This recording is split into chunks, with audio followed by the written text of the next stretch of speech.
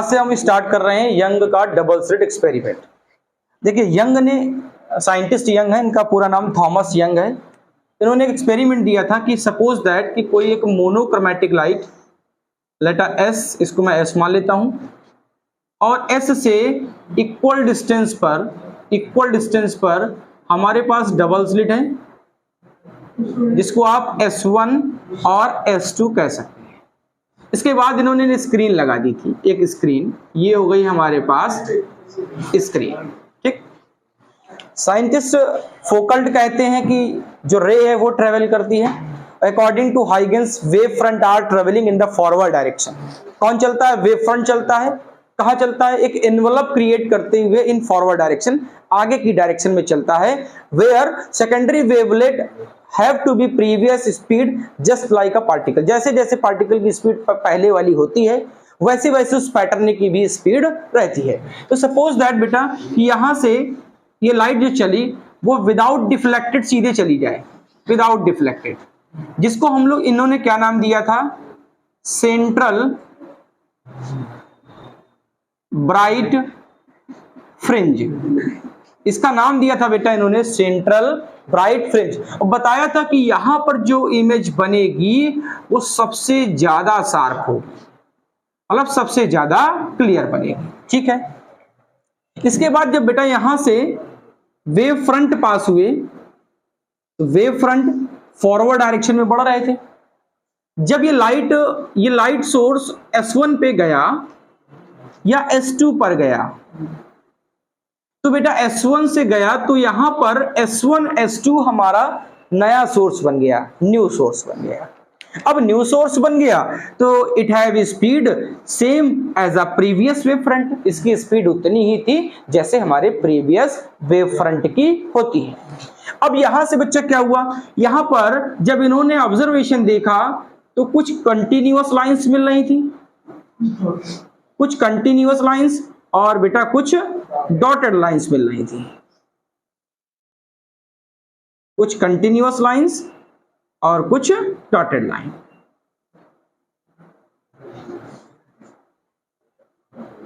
कुछ इस तरीके से, कुछ कंटिन्यूअस लाइंस और बेटा कुछ डॉटेड लाइन।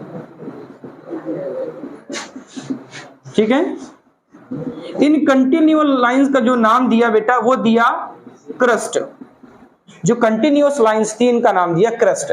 इसको विजुलाइज ऐसे कर सकते हो कि लाइट ऐसे भी पास हो सकती थी। ठीक है, कुछ इस तरीके से।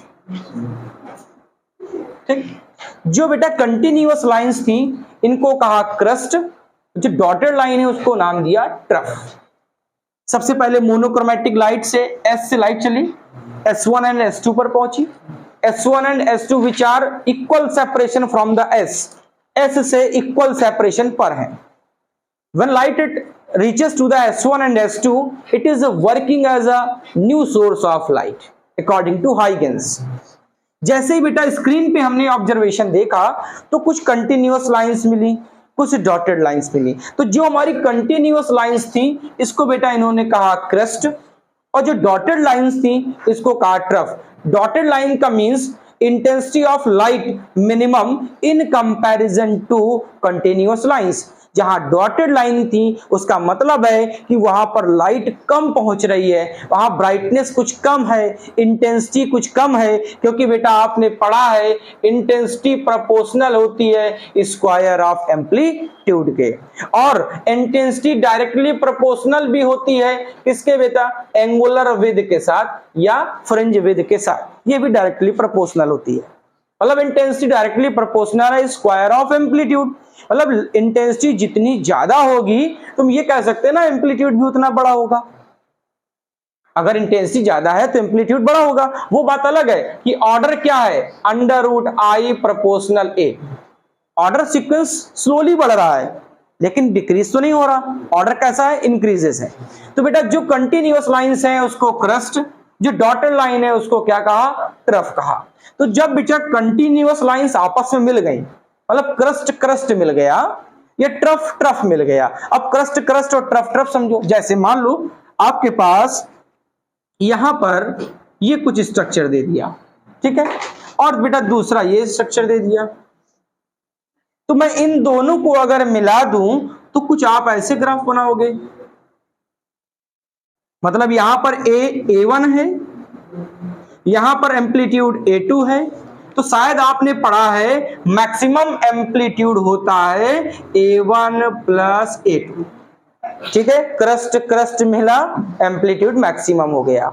ऐसे ही बेटा जब हम क्या करें, ट्रफ दूसरे का भी ट्रफ मिला दें तब भी बच्चा डिस्प्लेसमेंट कैसा होगा, मैक्सिमम होगा। लेकिन अब क्या लिखोगे, अब लिखोगे -A1 -A2 क्योंकि डायरेक्शन चेंज हो गई। तो अब भी लिखने का तरीका क्या है, -A1 plus A2, minus common ले लिया और A1 प्लस A2, बस डायरेक्शन चेंज हो गई। लेकिन बच्चा अगर इसी चीज को मैं ऐसे लिख देता कि 1 क्रस्ट और 1 ट्रफ, तो बेटा ये प्लस A, ये बच्चा -A, तो रिजल्टेंट क्या हो जाता, मिनिमम। रिजल्टेंट क्या बन जाता, मिनिमम बन जाता। यही बात को ये समझा रहे थे कि when monochromatic light passes from single slit, it is traveling towards S1 S2, it means double slit S1 S2 which have equal separation from the S से कैसे सेपरेशन पे है, equal separation. when S1 S2 light passes towards the screen, it behave as a new source of light according to Huygens. It create some continuous lines, some dotted lines. Continuous lines is known as crust, dotted line is known as trough. Crust crust and trough meet each other, then it have maximum displacement. It is known as bright fringe. उसको क्या बोलते हैं, bright fringe, या बोलते हैं constructive interference. It create a antinodal line, वो बच्चों क्या बनाती हैं, एंटीनोडल लाइन। याद करने का एक तरीका है, आप इसको बहुत लॉन्ग में नहीं याद कर सकते, आप इसको ऐसे लिखिए, S1 S2 behave as new source of light, ठीक है। S1 S2 किसके तरीके बिहेव कर रहे हैं, न्यू सोर्स ऑफ लाइट। और बेटा क्या है, इट प्रोड्यूस, क्या बनाया, it produce some continuous and some dotted line. अच्छा कैसी लाइंस बना रहे थे, कुछ कंटिन्यूअस थी और कुछ कैसी थी, डॉटेड थी। कंटिन्यूअस को बेटा क्या नाम दिया गया, कंटिन्यूअस जो लाइन थी उनको बेटा क्रस्ट कहा गया। जो हमारे पास डॉटेड लाइन थी उनको बच्चा क्या कहा गया, ट्रफ कहा गया। उनको क्या कहा गया, ट्रफ कहा गया। बेटा जो कंटिन्यूअस कंटिन्यूअस मिल जाए ऐसा बोल दीजिए, या क्रस्ट क्रस्ट से मिल जाए जैसे आपने यहां देखा, ठीक है, या ट्रफ ट्रफ से मिल जाए, ये जो फिगर बना है, तो उस समय डिस्प्लेसमेंट सबसे ज्यादा होता है। तो बेटा अगर क्रस्ट एंड क्रस्ट और trough and trough meet each other, एक दूसरे से मिल जाएं तो क्या बनाएंगे बेटा, मैक्सिमम डिस्प्लेसमेंट, जिसका नाम दिया गया ब्राइट फ्रिंज। क्या नाम दिया गया बेटा, ब्राइट फ्रिंज। अगर बेटा अगर 1 कंटिन्यूअस एंड 1 डॉटेड लाइन मिल जाए, और आप 1 कंटिन्यूअस 1 डॉटेड बोल दीजिए, या बेटा 1 क्रस्ट एंड 1 ट्रफ मिल जाए, तो बेटा प्लस माइनस क्या करे, कैंसिल, तो डिस्प्लेसमेंट कितना, मिनिमम, जिसको बेटा क्या कहा गया, shadow. Shadow means dark fringe, उसको क्या कहा गया बेटा, डार्क फ्रिंज कहा गया। अब ये डार्क, तो बेटा जो ब्राइट है वो बनाता है एंटीनोडल लाइन, वो क्या बनाता है, एंटीनोडल लाइन। जो ब्राइट है वो क्या बनाता है, एंटीनोडल लाइन, और जो डार्क है वो क्या बनाता है, नोडल लाइन। क्या बनाते हैं बच्चा? नोडल। नोडल का मतलब होता है डिस्प्लेसमेंट जीरो हो जाए। क्लास 11th वेव ऑप्टिक्स के चैप्टर में आपने open organ pipe, close organ pipe पढ़ा होगा। Open organ pipe, close organ pipe में जहां पर वेव्स आके मिल जाती थी उसको नोड कहते थे, और जहां पर मैक्सिमम था उसको एंटी नोड कहते थे। तो वहीं से बन गया है एंटी नोडल डिस्प्लेसमेंट ज्यादा और नोडल डिस्प्लेसमेंट कम। तो ये फिनोमिना इन्होंने सेट किया। ऐसे ही इन्होंने एक बात और बताई कि मान लो इन्होंने कहा व्हाइट बीम लाइट को पास करा दें, व्हाइट बीम लाइट को पास करा दें। तो बेटा जब व्हाइट बीम लाइट पास होगी तो वो अपने आसपास इमेज बनाएगी विबग्योर फॉर्म में। किस फॉर्म में बनाएगी? विबग्योर। तो इमेज जो बनी बच्चा, जो इमेज क्रिएट हुई वो कैसी क्रिएट हुई? वो विबग्योर फॉर्म में क्रिएट हुई। कैसी बेटा? विबग्योर। कैसी क्रिएट हो गई? विबग्योर। मतलब इन्होंने कहा यहां पर इंटेंसिटी सबसे ज्यादा है, इसका नाम दे दिया central bright fringe. Central bright fringe. अब इसके ऊपर इन्होंने कहा कहीं कहीं पर इमेज बन रही है, कहीं कहीं पर इमेज बन रही है, और कहा कहीं कहीं पर गैप था। ठीक है, तो जहां बन रही है उसका नाम दे दिया गया ब्राइट, और जहां खाली है उसका नाम दे दिया गया डार्क। सेम फिनोमेना जस्ट नीचे की तरफ। तो जब लास्ट में फाइनल फिगर बना तो ये फाइनल फिगर कुछ इस तरीके से, यहां से,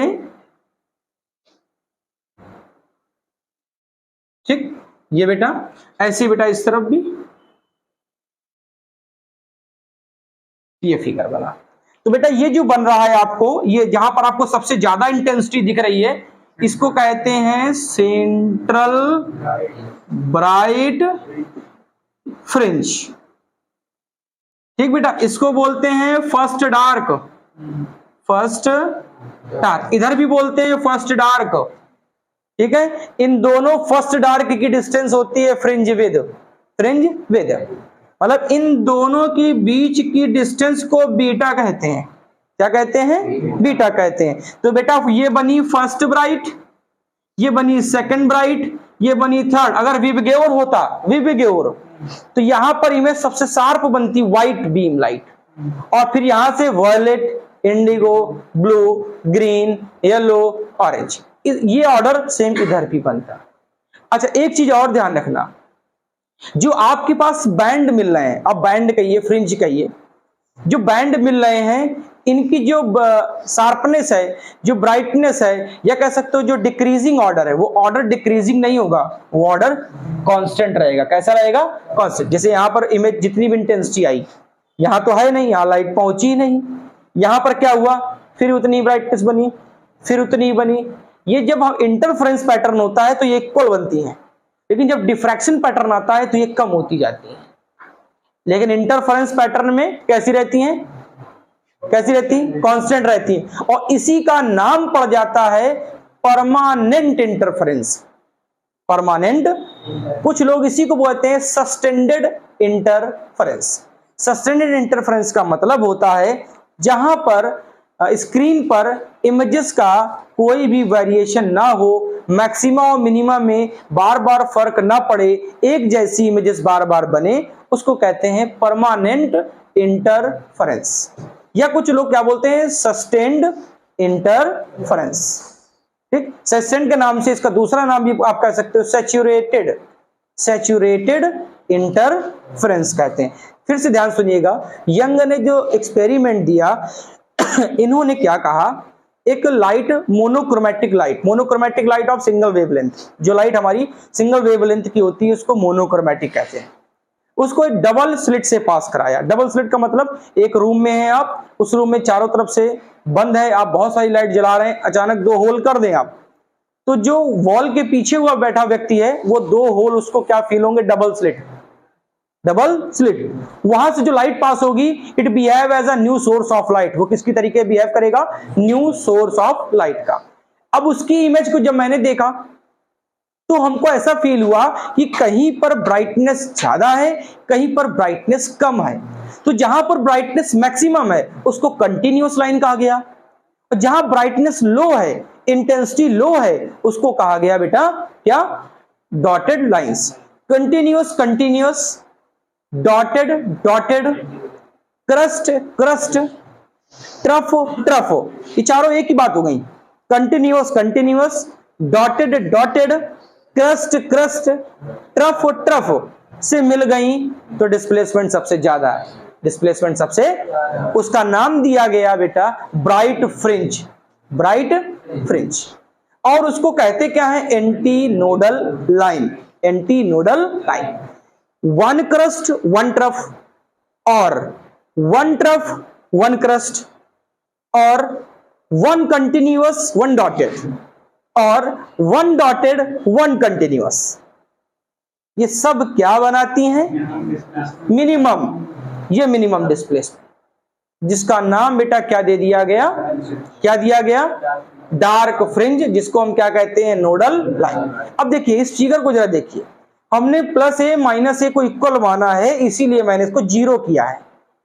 लेकिन कोई जरूरी है, ये हो सकता है एम्पलीट्यूड में 10 मीटर हो, और ये हो सकता है माइनस का 8 मीटर हो, तो क्या आपको जीरो मिलेगा, नहीं मिलेगा।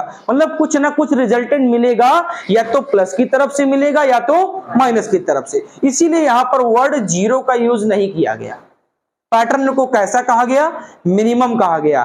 क्यों मिनिमम कहा गया, आपको रिमाइंड होगा जब इंटरफेरेंस या इसके पहले लेक्चर में हमने पढ़ा था, तो आपने डिस्प्लेसमेंट y1 को लिखा था a1 sin ओमेगा t, और y2 को लिखा था a2 sin ओमेगा t। क्या आपने a1 a2 को सेम माना था, नहीं माना था। तो मैं यहां कैसे a1 a2 को सेम मान लूंगा, ये जस्ट लाइक अ फिनोमिना समझाने के लिए कि प्लस ए माइनस ए है तो क्या मिलेगा, जीरो मिलेगा। लेकिन हो सकता है बेटा हमारे पास यहां पर प्लस 8 हो जाए, प्लस 8 मीटर हो जाए, और बेटा हमारे पास यहां पर माइनस 6 मीटर हो जाए, तो फाइनल आंसर तो आपको प्लस की तरफ ही मिलेगा। तो बेटा कुछ इस तरीके से फिनोमिना, कुछ इस तरीके से। तो क्या ये जीरो है, ये जीरो नहीं है। कैसे, इंटरफेरेंस के पैटर्न में। ये है इंटरफेरेंस में यंग का डबल स्लिट एक्सपेरिमेंट। फिर से ध्यान सुन लीजिए, एस से मोनोक्रोमैटिक लाइट पास हुई, कहां पहुंची बेटा, S1 S2 पर। S1 S2 ध्यान रखिएगा S से इक्वल डिस्टेंस पर है, S से इक्वल डिस्टेंस पे। और यहां पर स्क्रीन इसलिए लगाई गई ताकि पैटर्न हमको स्क्रीन पर दिख सके। अब बेटा यहां से मोनोक्रोमैटिक लाइट पास की गई, तो लेट मान लिया गया कि सीधे चली जाती, तो यहां पर सबसे ब्राइटनेस इमेज होती है, उसका नाम दे दिया गया सेंट्रल ब्राइट फ्रिंज। जब S1 S2 से लाइट पास हुई, it behave as a new source of light. किसकी तरीके बिहेव कर रहा है, new source of light according to Huygens. किसके रूल से, हाइगेंस के रूल से।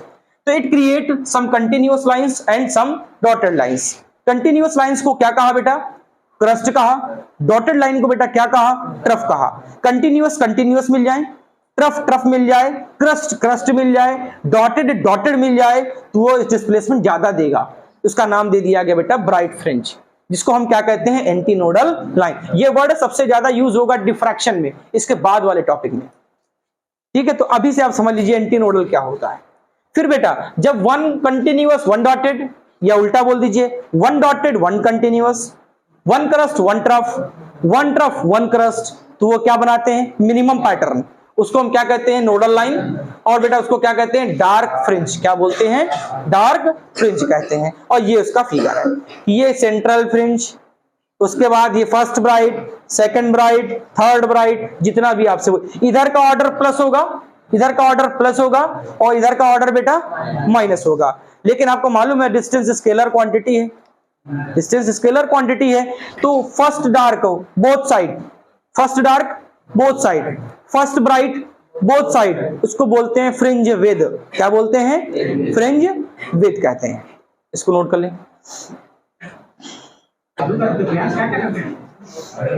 अब देखिए इसका डेरिवेशन स्टार्ट करते हैं। तो फिगर तो नॉर्मल बेटा वही है, ये सिंगल स्लिट है, ये मोनोक्रोमैटिक लाइट है, यहां पर बेटा डबल स्लिट है, ठीक है, और यहां पर हमने बच्चा स्क्रीन लगा दी, स्क्रीन। ठीक,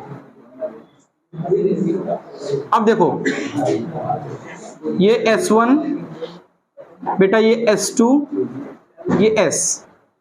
फिगर को समझना, स्लिट की जो विड्थ होती है बेटा, स्लिट की जो लेंथ होती है वो स्मॉल d होती है, स्मॉल d। डिफ्रैक्शन में इसको लोग e मान लेते हैं, स्मॉल e के नाम से, तो आप इसको d के नाम से ही बना रहने दीजिए।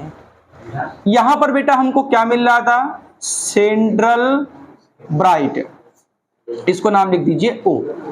बेटा स्लिट और स्क्रीन, स्लिट और स्क्रीन की बेटा डिस्टेंस है कैपिटल D, कैपिटल D। बेटा मान लो हम S1 से ट्रेवल करके P पर पहुंच गए, S1 से ट्रेवल करके P पर आ गए, फिर बेटा हम S2 से चले कहां पर, P के लिए, S2 से चले P के लिए, ठीक।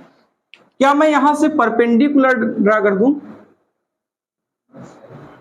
तो बेटा इसको मैं क्या मान लेता हूं, A मान लेता हूं, ठीक है। बेटा ये जो एंगल है स्मॉलर एंगल थीटा, इसको मैंने क्या मान लिया, थीटा। लेट थोड़ी देर के लिए हमने क्या किया, एक ये फिनोमिना सेट किया कि सेंट्रल से जो आप पॉइंट ले रहे हो वो भी एंगल कितना होगा, थीटा, बिल्कुल इसके इक्वल होगा, थीटा।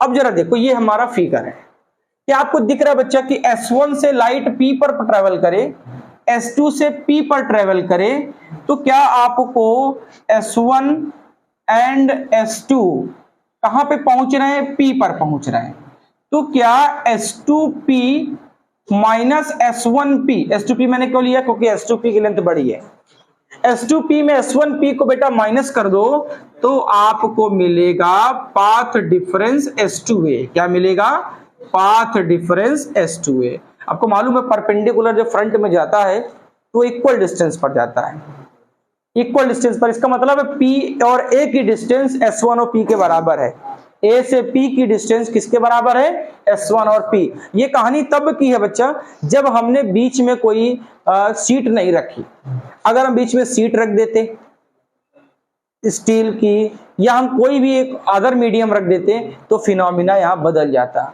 अभी उसकी बात हम लोग करेंगे, पहले इसको नॉर्मल देख लो। S2P माइनस S1P इक्वल क्या मिला बेटा, S2A। बेटा क्या S2A, ये दोनों वेव का पाथ डिफरेंस है, दोनों वेव का क्या है, पाथ डिफरेंस है। अब रिमाइंड करते हैं कल के लेक्चर की एक बात को, हम लोगों ने कल बेटा दो बातें प्रूव की थी, शायद अगर आपको याद हो तो कंस्ट्रक्टिव प्रूफ किया था। बेटा कंस्ट्रक्टिव में बच्चों हमने लिखा था कि फाई किसके इक्वल है, 2n पाई के, जहां बेटा हमने n स्टार्ट किया था 0 से 1 से 2 से, ठीक है। यहां का बेटा पाथ डिफरेंस PD का मतलब समझ गए, पाथ डिफरेंस हमने कितना निकाला था, n लैम्डा निकाला था। क्या निकाला था बच्चों, n लैम्डा। ऐसे ही बेटा जब हमने बात डिस्ट्रक्टिव की थी, डिस्ट्रक्टिव, तो बेटा याद होगा आपको हमने फाई निकाला था 2n माइनस 1 इंटू पाई। क्या आपको याद है, n को स्टार्ट किया था 1 2 3 से स्टार्ट किया था। यहां का बेटा पाथ डिफरेंस आपको मिला था 2n minus 1 lambda by 2, 2n minus 1 lambda by 2। तो इतनी बात आप रिमाइंड रखिए क्योंकि यहां पर इसको यूज करना है। कंस्ट्रक्टिव को क्या कहते हैं, ब्राइट कहते हैं, शार्प कहते हैं, मैक्सिमम कहते हैं। डिस्ट्रक्टिव को क्या कहते हैं, मिनिमम बोलते हैं, डार्क बोलते हैं, शैडो कहते हैं, ऐसे बहुत सारे नाम हैं। तो बेटा यहां पर हमको मिला S2A, ठीक। अब हम एक काम करते हैं, हम S1 S2 और A को ले लें। हमने लिया ट्रायंगल S1 S2 A को बेटा, तो बताओ साइन थीटा इक्वल परपेंडिकुलर बेटा S2A है, बेटा 90 का हाइपोटेनस क्या है S1 S2, तो क्या मैं लिख सकता हूं S2A अपान D, S2A अपान स्लिट की विड्थ बच्चा D। क्या ट्रायंगल देखो PCO को देखो बच्चा, ट्रायंगल देखो PCO, ठीक। तो क्या आपको इसमें दिख रहा है साइन थीटा, और बच्चों साइन थीटा इक्वल होता है परपेंडिकुलर अपान हाइपोटेनस। तो सेंट्रल फ्रिंज से जो वेव का पाथ डिफरेंस मान लो कितना, x। हमने सेंट्रल से कितना शिफ्ट हुआ उसको मान लिया x, सेंट्रल से जो जहां इमेज बन रही है उसको मैंने मान लिया कितना, x। स्लिट और स्क्रीन कितना, d। स्लिट कितना, स्मॉल d। स्लिट कितना, स्मॉल d। स्लिट और स्क्रीन कितना, कैपिटल D। सेंट्रल से जहां ब्राइट बन रही इमेज वो कितना, x। बोलो इतनी बात ठीक है। जरा साइन थीटा रखो बेटा, क्या मिलेगा पीओ, और पीओ कितना है x अपॉन 90, अपॉन 90, 90 क्या बेटा सीपी सी। अब जरा फिगर देखो, क्योंकि ये रेस पैराक्सियल्स होती हैं। पैराक्सियल का मतलब जैसे मान लो मेरे पास ये है फिनोमिना S1 S2, S1 और S2। अब बेटा यहां स्क्रीन पे बनाओ तो ये फिनोमिना कुछ, तो क्या आपको ऐसा नहीं फील हो रहा है कि ये बिल्कुल ऐसा लग रहा है कि बहुत क्लोज है एक दूसरे के, पैराक्सियल होती है, मतलब दोनों का डिफरेंस अगर निकालो तो कुछ इस तरीके से आता है, इस तरीके से। तो इस रूल से लगभग इस वाली लाइन को हम ये कह सकते हैं, मान सकते हैं। मतलब अगर ये पैराक्सियल्स फील हो रही हैं, इसका मतलब है CO इक्वल होना चाहिए CP के। बेटा CP किसके इक्वल होना चाहिए? CO के। तो क्या बच्चों साइन थीटा इक्वल x अपान CO को स्ट्रेट और स्क्रीन कहोगे? क्या उसको हम कैपिटल D कहेंगे? तो साइन थीटा कितना मिला है? x अपान D, और ऊपर देखो साइन थीटा मिला है S2a अपान D। क्या साइन थीटा दोनों इक्वल कर लें? क्या हमको मिला S2a अपान D, S2a अपान D इक्वल बच्चों क्या मिला? x अपान D। बोलो पाथ डिफरेंस कितना आया बेटा? x D अपान D। बोलो पाथ डिफरेंस कितना आया? x D अपान D। ठीक है, इतनी बात सही है, हमको बेटा पाथ डिफरेंस तो मिल गया। अब हमारे पास दो बातें, क्या? ब्राइट डार्क, एक और है सेंट्रल ब्राइट, जिसको सेंट्रल फ्रिंज कहते हैं, जो बीच में बनती है। तो पहले हम यहां से स्टार्ट करें, मैं इस फिगर को हटा देता हूं यहां से। चलिए फर्स्ट स्टार्ट करते हैं आप ब्राइट फ्रिंज। ब्राइट का दूसरा नाम क्या नाम है? कंस्ट्रक्टिव। क्या नाम बेटा? तो बताओ ब्राइट फ्रिंज का पाथ डिफरेंस ये देखिए लिखा है n लैम्डा। बताओ पाथ डिफरेंस कितना? n lambda. और यहां का पाथ डिफरेंस S2a आपने कितना निकाला? x D अपान D। तो दोनों को इक्वल कर लो, तो बताओ क्या मिला? क्या मिला बेटा? बोलिए x की वैल्यू, तो n lambda equal x D अपान D। तो बोलो x इक्वल क्या मिला? n D lambda upon D। मतलब हमको nth ब्राइट मिल गई। कौन सी मिल गई? nth bright. कितनी मिली? n D lambda upon D। क्या यहां पर एक बात देखो बेटा, जितनी वेवलेंथ बढ़ा रहे हो उतनी यहां पर आपको nth ब्राइट फ्रिंज की जो विड्थ मिल रही है वो ज्यादा मिल रही है। जितनी थिकनेस कम रखोगे उतना आपके लिए बेटर रहेगा, उतनी अच्छी हमको इमेज मिलेगी। तो एक्शन कितनी मिली? n D lambda upon D। बेटा अगर हम n को 0 रख दें, बेटा n को 1 रख दें, 2 रख दें, 3 रख दें, तो n को 0 रख दो। तो n को बेटा 0 रखो तो आपको x क्या मिलेगा? 0। इसी को कहते हैं सेंट्रल ब्राइट। क्या बोलते हैं? Central bright. बेटा 1 रखो तो D लैम्डा अपान D। बेटा 2 रखोगे तो 2D लैम्डा अपान D। बोलो बात सही है? क्या आपको फिगर रिमाइंड करूं? क्या फिगर रिमाइंड करूं? आपने कुछ ऐसा फिगर बनाया था कुछ इस तरीके से, याद आया? ये बेटा फर्स्ट ब्राइट, ये लिखा है आपके सामने D लैम्डा अपान D। बेटा देखो सेकंड ब्राइट, ये लिखा है 2D लैम्डा अपान। क्या बच्चों फिगर देख के याद आया? अगर इस फिगर को मैं और अच्छा बना लूं कुछ इस तरीके से, तो बताओ ये वाला क्या लिखोगे? Minus D lambda upon D। ये वाला क्या लिखोगे? -2 लैम्डा अपान D लैम्डा अपान। बोलो बात ठीक है? ये बेटा इसका राइट साइड, ये इसका लेफ्ट साइड। ये हमारे ब्राइट्स मिल गए। फॉर्मूले उसकी जरूरत नहीं है मुझे, इसी फॉर्मूले की सिर्फ जरूरत है, इसी से काम चलेगा। X n equal n D lambda upon D। ऐसे ही बेटा मान लो मैं एक डेफिनेशन आपको यहीं पढ़ा दे रहा हूं, फ्रिंज विद। इसी को बच्चा कुछ लोग कहते हैं फ्रिंज सेपरेशन।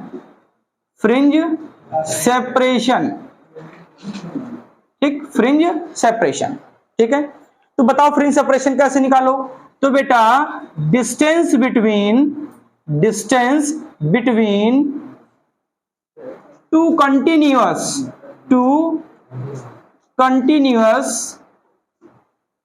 क्या आ रहा है, डिस्टेंस बिटवीन टू कंटिन्यूअस, कौन सी फ्रिंज बेटा, कौन सी ले रहे हो, bright fringe, distance between two continuous bright fringe.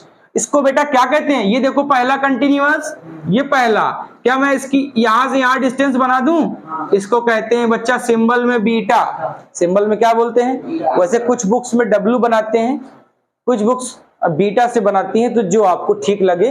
तो बेटा बताओ बीटा क्या होगा, एक्स एन प्लस वन, भाई एक के बाद एक दूसरी बनाओगे तो प्लस वन करोगे ना, तो एक्स एन प्लस वन में कौन सी घटा दूं, एक्स एन वाली को घटा दूं, अरे n और n से बड़ी n प्लस वन, तो n प्लस वन वाले से n वाले को घटा दो, आपको बीच की डिस्टेंस मिल जाएगी। तो बीच की डिस्टेंस निकालने के लिए क्या करें बच्चा, तो बताओ beta equal x n plus one, क्या करूं, ये लिखा है, n की जगह n प्लस वन लिख दूं, तो फॉर्मूला क्या बनेगा, n plus one D lambda upon D minus n D lambda upon D. तो बेटा ब्रैकेट ओपन करो, n D lambda upon D plus D lambda upon D minus n D lambda upon D.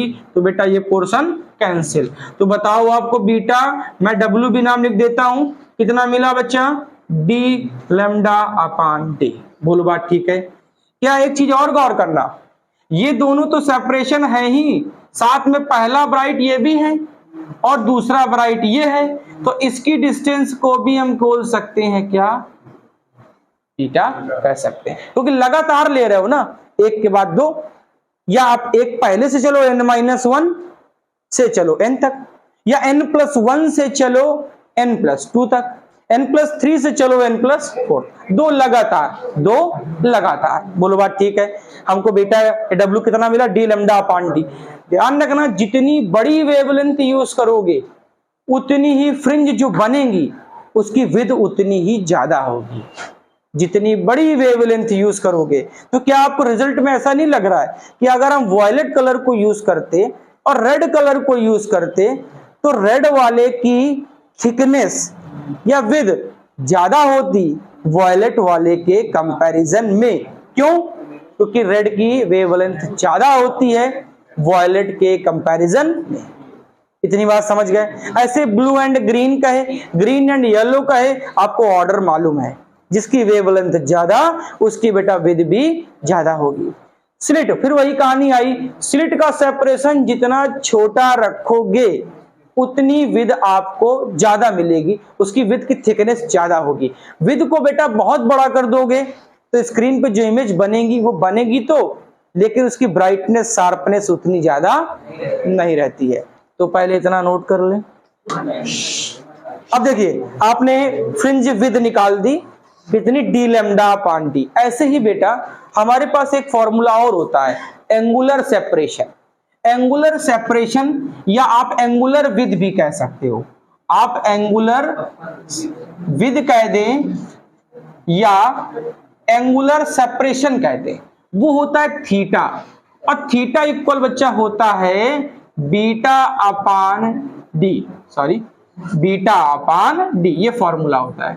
Theta equal beta अपान D. बेटा beta कितना आपके सामने लिखा है, क्या लिखा है बच्चा, D lambda upon D, D से डी कैंसिल, तो बेटा थीटा इक्वल क्या आया, लेमडा अपान डी। जरा यहां एक देखो बात मिली बेटा, स्क्रीन से एंगुलर सेपरेशन का कोई मतलब नहीं, स्क्रीन से कोई मतलब नहीं, तो थीटा प्रोपोर्शनल है लेमडा, ठीक, और थीटा प्रोपोर्शनल है 1 अपान डी। जितनी बड़ी वेवलेंथ उतना बड़ा एंगुलर सेपरेशन। क्या आपको याद है जब प्रिज्म पढ़ा था तो बताया गया था कि which of the colour more deviated from the base of prism, तो आपका आंसर था violet. Violet is more deviated from the base of prism, ठीक। वहां पर डेविएशन क्या था, डेविएशन था कि जो हमारी इंसिडेंट रे है और जो इमरजेंट रे है उसके बीच का सेपरेशन। लेकिन यहां पे कह रहा है जितना वेवलेंथ को आप बड़ा रखोगे उतना ज्यादा आपको एंगुलर सेपरेशन मिलेगा। लेकिन आप दिमाग लगाइए थोड़ी देर के लिए बेटा, अगर मैं फर्स्ट बोलूं तो क्या मैं इसको माइनस लेमडा अपान प्लस लेमडा अपान डी कहूंगा? और इधर वाले को माइनस लेमडा अपॉन डी कहूंगा। तो अगर आपसे कोई पूछे find the distance between central maxima both side, central maxima के दोनों तरफ चाहिए, तो बेटा इसको डबल करना पड़ेगा। क्या करना पड़ेगा? अगर कहेगा both side of central maxima, क्या बोलेगा? Both side of central maxima कहो चाहे ब्राइट फ्रिंज कहो, आपके ऊपर है। आप इसको ब्राइट फ्रिंज भी कह सकते हैं। तो फॉर्मूला क्या लगाओगे? Theta equal to lambda upon d. क्या लगाएंगे? Theta equal to lambda upon d. चाहे उसको डबल कर सकते हैं आप, पहले वैल्यू को निकालकर फिर आप डबल कर सकते हैं। ये था हमारा एंगुलर सेपरेशन। एक क्वेश्चन और सुन लीजिए। जैसे मान लीजिए आपने ब्राइट का एक्शन कितना निकाला?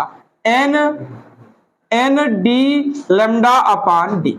ठीक बेटा, बात को सुनिएगा।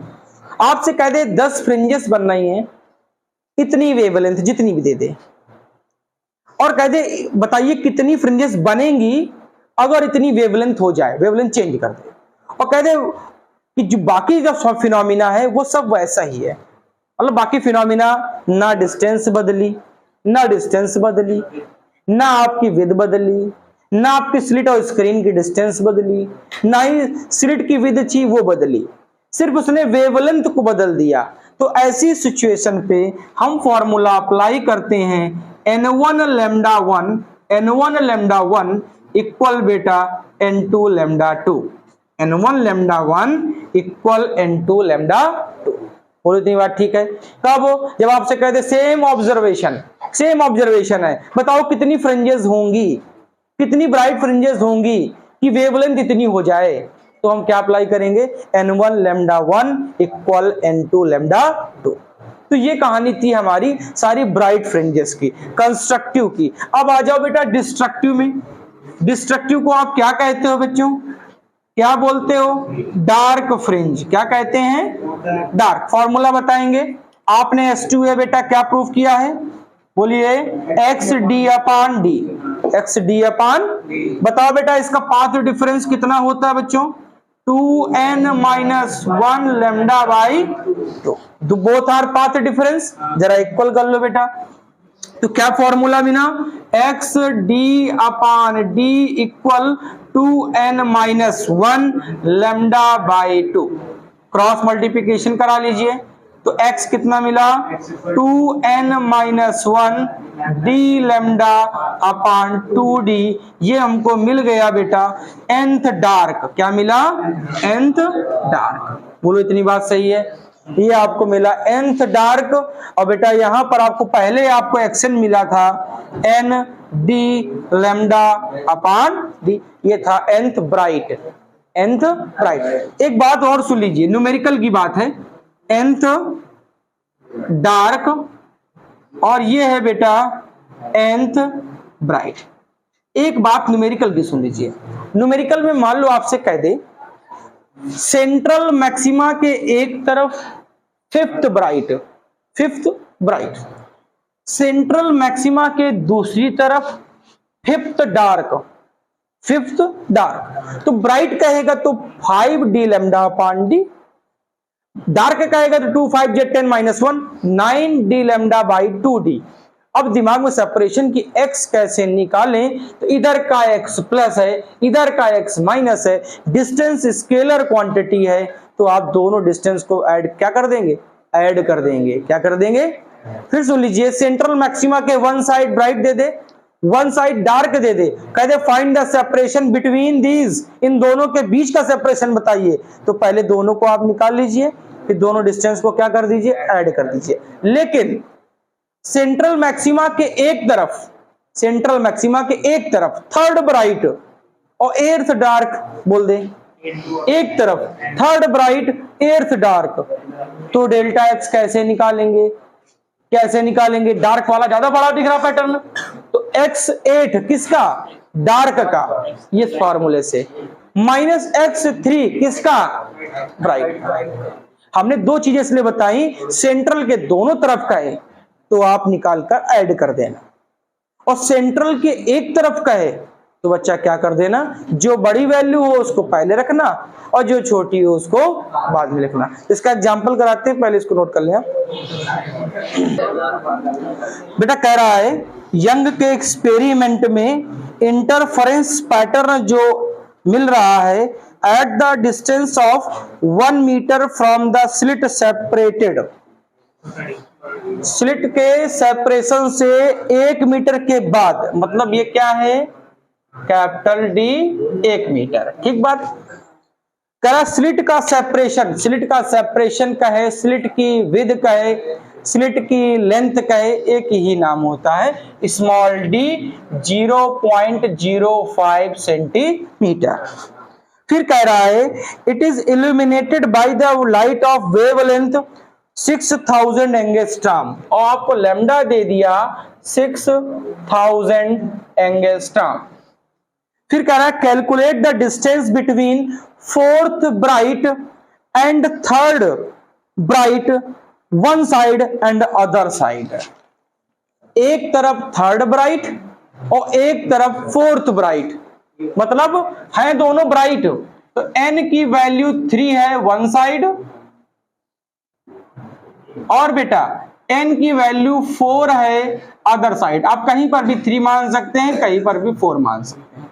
ठीक है, ये हमको चाहिए। देखो बात यही आ गई, 1 2 3 ये तीसरा और इधर कहीं चौथा, तो दोनों की डिस्टेंस को क्या घटाओगे, क्या कर देंगे, ऐड कर देंगे। तो बताओ बेटा इसको मीटर बना लो, तो पहले निकाल लो x3 n d लैम्डा अपान डी, n कितना 3 d लैम्डा अपान डी। देखो थोड़ा दिमाग से करो, पहले सोल्यूशन ना करो बाद में नहीं, सोल्यूशन करने का तरीका देखो।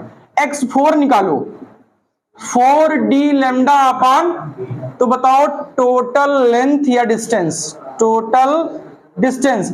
मैं सॉल्व ना करूं, पहले ऐड कर लूं, पहले इनको ऐड कर लेता हूं। तो बताओ क्या कॉमन दिख रहा है, डी लैम्डा अपान डी कॉमन दिख रहा है ना, तो नेट x कितना मिला, डी लैम्डा अपान डी को कॉमन कर लो, 4 + 3 बात ठीक है।